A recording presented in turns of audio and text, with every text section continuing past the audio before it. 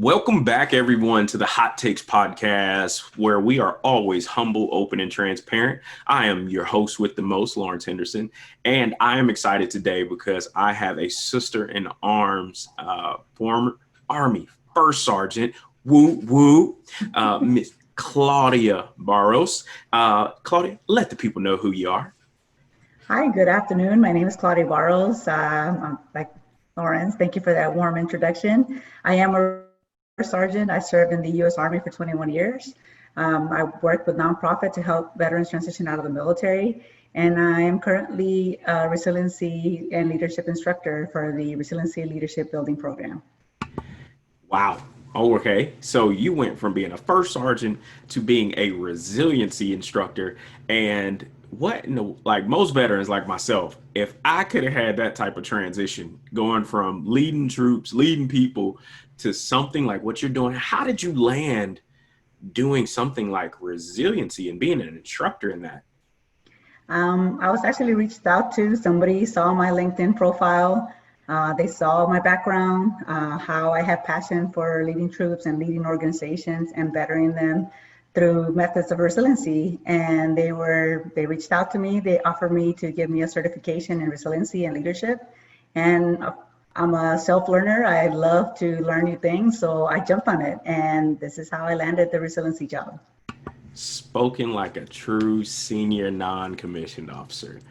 Always willing to learn, lifelong learner, and digging in to further fellow man, fellow troops, just helping people be better people. Now, this concept around, I've heard it thrown out really kind of cavalier around collective resiliency. What is collective resiliency in the form of the way you instruct and use that? So we all need some type of resiliency in our lives. We know that we need to bounce back. The Army did a great job of implementing master resiliency trainers throughout the Army to build that individual resiliency. What they haven't incorporated is the collective resiliency aspect, and that is building teams, being able to earn the trust of your peers, your subordinates, everybody that works with you, learning how to be able to provide purpose. And even though that you're making some small widget within your organization, or you're the supply sergeant, or whatever you may do in your organization, knowing that your role in that organization and that team is important, and being able to deal with resiliency of a lot of trials and tribulations that people deal with, not only in the military but also in the private sector. There is things and adversity that you go through, but building resilient teams it really helps build that collective resiliency, that you have each other's back. Yeah, I can recall when I first transitioned out, kind of mid 2015, where I was looking around for, my assigned battle buddy, somebody that I could do life with, like I had in the Army, somebody that could pull my coattails and tell me to get over here. And I've always leaned on a collective.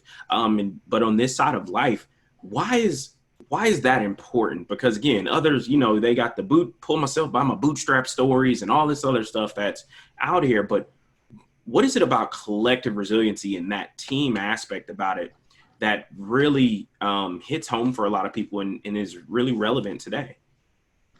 I think a lot of people, like you said, especially people that serve the military. In the military, the minute we walked into basic training, we put our hands out and they handed us a uniform. They told us where the dining facility was. They told us where the medical facility was. So everything was kind of handed to us. So we expect that battle buddy to have our right or left flank, right? Well, the private sector is a little bit different. You come out and so much stuff is out there. There's so many great resources, but so much is thrown at you at one time. So you need to be able to be that self-learner and be able to go out there. For me, the collective part is being able to pull a team together and help people, transition, whether not only it's from the military, people transition on a daily basis. I coach college students that are going through a transition. That is a transition. They don't know what they want to do with life. I myself have a senior in high school this year. He will be transitioning to the college side of the house, and he's learning that things are not going to be clear cut. So having that collective resiliency of a team of people that have your backs is important. Building your own tribe, building somebody that has your back. I love that. And one of the things that I am super passionate about is particularly because of who we were, right? That senior non-commissioned officer from the commissioned officer side of making sure that you put yourself in a position to be a resource for those who are depending on you. One of the things that I've encountered on this side of life is that sometimes the person that got promoted into the leadership role was somebody who they were really, really good as an individual contributor. And so they didn't have previous leadership experience, but they're handed a team of 10, a team of 20, 30, and now they're supposed to go from peer one day to boss tomorrow of all these people. How do you implement something like collective resiliency in that type of environment? So it's for the military personnel that is going from that E4 to that E5. You are a peer to someone, right? But the next day, come July 1st, you're the sergeant. So you're giving orders, you're being able to delegate. And now your friends see you as, not a peer, maybe sometimes still a peer. So there has to be some type of leadership. On the corporate side, let's say somebody gets hired at Google and they're 18 years old. Within 2 years, they're a boss of somebody, but they've never actually led anybody. So they're trying to learn and build their team, but don't know how to build their team. So building that resiliency and understanding that, your team has diversity, you need to include people. That is very important for somebody to learn. Yeah, you said one of my love language words in this season of life, and it's inclusion, and it's a real sexy word. It's one that people like to put on their profiles and other stuff like that. But in action, what does inclusion look like? Inclusion is being able to allow people to have equal opportunity. The military is a big ambassador of diversity and inclusion. People of all over the world join the military, right? So being inclusive is understanding that people are individuals, but they also bring their special gifts to that team, or sometimes their weakness that can be improved on through Exactly. collective resiliency. No, that's awesome. Yeah, and it always seemed like I think we came across each other in our profiles as I was looking to build out my tribe, my people, and again, I do not make any bones about it. Like I love veterans just because it's that team concept that going into a fight, you need somebody on your right and on your left, that again is tried and true. But how does an organization, let's say they never met anybody from the military that came in with that built-in innate team mindset, how do you build that in a team of individuals? So understanding why are they part of that organization? How do they make that organization better? Is is what brings them together. It's not the paycheck sometimes, not about the paycheck, it's sometimes about the why. And the why should be a major reason, because that corporation or that company, regardless if it's military or corporate sector, it runs on those people. So those people are the engine that drives. And if they don't understand the why or why they're doing their particular job, whether, again, if they're making a small widget or they're delivering something, that is a big piece of the strategic puzzle or a piece of that company's major infrastructure. Okay, I hear you. I hear you, Claudia. But nah, it's about the paycheck for me. Like I like money. I like money, and and that's the only reason why I'm here. And With that's all I want to promotions, do. right? Clock in. Promotions. Yeah, right. And so I think you're dead on. And how do you build that in though? Because I know that's a response, but you didn't have to come up with that. That's a part of you. And in collective resiliency, I believe, and correct me if I'm wrong, it's a lifestyle. Like that, it has to be a live thing. It can't just be something you flick like a light switch. You just flick this thing on. How do you turn this into a lifestyle? It is a, I believe resiliency is a muscle that we have to train. It is a muscle that we have to train and be able to add to that skill set. It doesn't happen overnight. You will have, and probably you and I and a lot of leaders have had people that are not motivated, or their motivation is different. It could be money. It could be, different incentives. People require different incentives, right? It's a little different for everybody. I really believe that this resiliency is definitely a muscle that needs to be worked on. And by working on it, you're thinking on how to genuinely care for somebody other than just that paycheck. Genuinely care for the why, and if money drives you, then that next promotion, that needs to be driving you to be a better leader. I think every leader needs back occasionally. I would say an assessment. I do an assessment of myself at least every 6 months. I try a year, a little bit longer, because things change. Things change in your life, and maybe it's not money. Maybe you just had a brand new baby, or maybe you just got married. So there's different things that change your life and your viewpoint. Yeah, that's some really good point. Because what came up for me while you were saying that is Maslow's hierarchy of need, right? And it's starts off that foundation. I need money to keep a roof over our heads. I need to pay for food. I need to pay for my vehicle, basic necessities. And then there's that graduation, that evolution, and keeping the main thing the main thing. And I believe what happens to a lot of people is when there's no collective why, there's no buy-in about what they do on a daily basis. They just look at their jobs as a means to an end. And I've actually had people say that, like, it's just a means to an end. It's just, I'm just here. It's the Marshawn Lynch old quote. I'm just here so I don't get fined. Like, I'm just going to go to work, do my thing. That's all I want to be. That's all I want to do is go do work and go home. And I believe that actually can eat away at a team. And as you do this work today, what are some things that you press upon people that are in your training in your workshops? To have that character, a leader really needs to portray a certain character. Be genuine, be authentic. People can tell through a fake person really quick. And if it's not really quick, those smoky mirrors go away pretty fast. So you got to be able to do that honest assessment on yourself. Do I have moral character? Do I have values and attributes that will contribute to this team?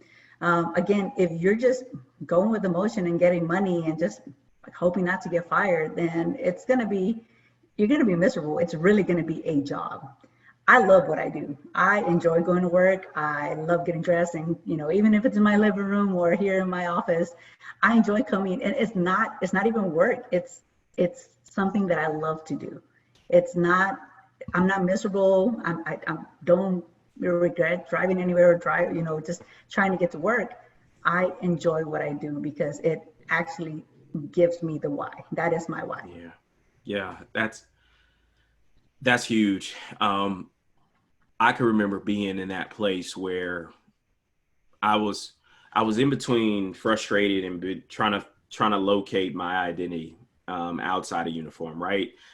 While in uniform, that's easy. I got my rank, I got my next position. Identity's easy, right? But one of the things that I didn't understand fully was that I hadn't worked on me outside of that uniform. And that could be a little daunting to not have any reps of building a muscle on what you actually want in life. And so how would you go about coaching someone from a development standpoint of what's like the first step they need to take towards finding themselves and finding that kind of happiness? I think you definitely mentioned it. For the military personnel, it's really hard. Some of the people, it's really hard to let go of their military identity, their rank.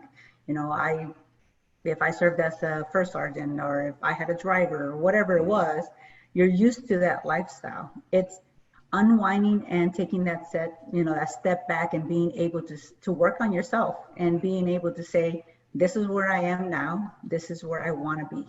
Being humble, being able to, again, be authentic, be transparent, be able to be honest with yourself.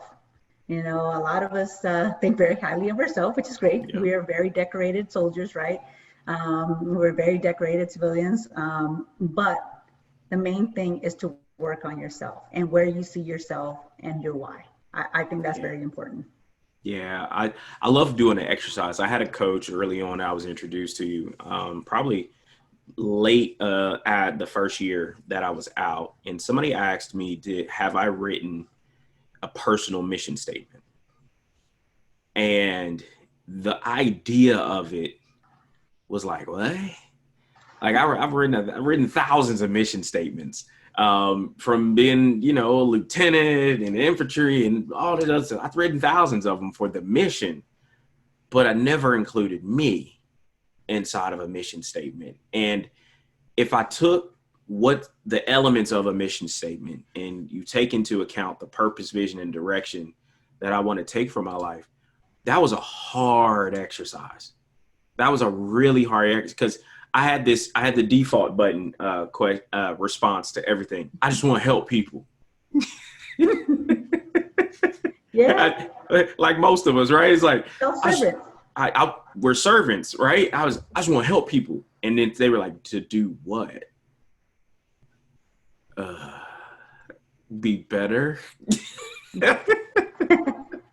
You gotta look for that passion. What drives Yeah. you? What is it that you were looking for, right? And Yep. you gotta have that honest assessment and that honest talk with yourself. Yeah. Some people say you shouldn't talk to yourself.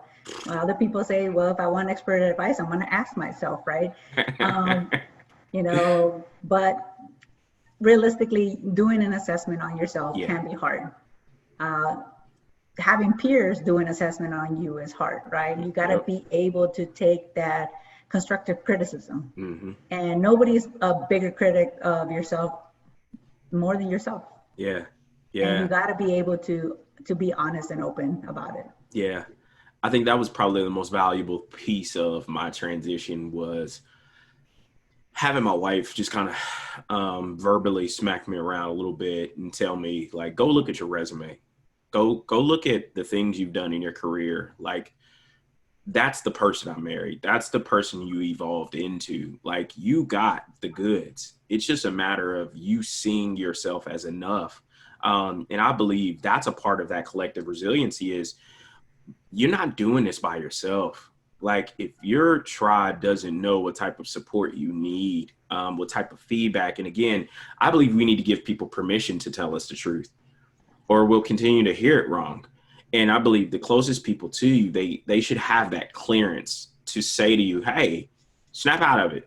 Like, we love you, but okay, let's talk this out. What does this look like? And I believe I love the concept of collective resiliency as a modality to learn and to develop. So how could somebody find that and connect with you as it pertains to they want to get in one of your workshops?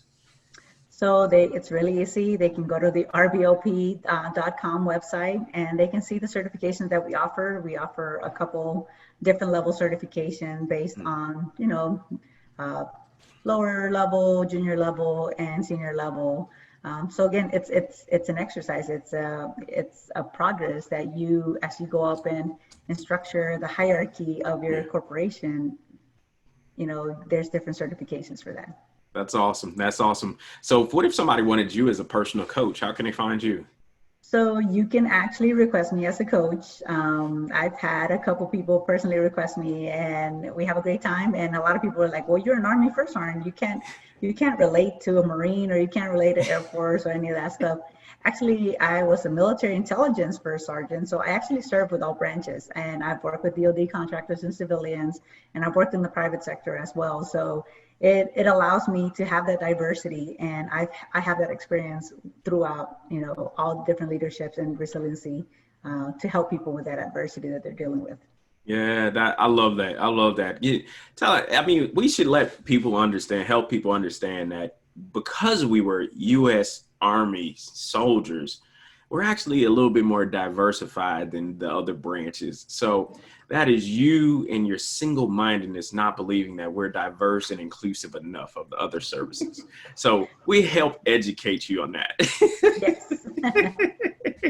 Well, Claudia, I appreciate you spending some time with me just so I can learn about you, my audience can learn about you, and just this idea of collective resiliency and all that it means and why it's important for all of us to have some form of it or all of it in our lives. And so thank you so much for just sharing your time with me. Thank you for the invitation. I really enjoy, again, RBOP is a very unique certification to have, and you can let people know that you are ready to teach and coach and lead resilient teams in that organization, because an organization that's resilient is going to be around for a long time. Thank you so much.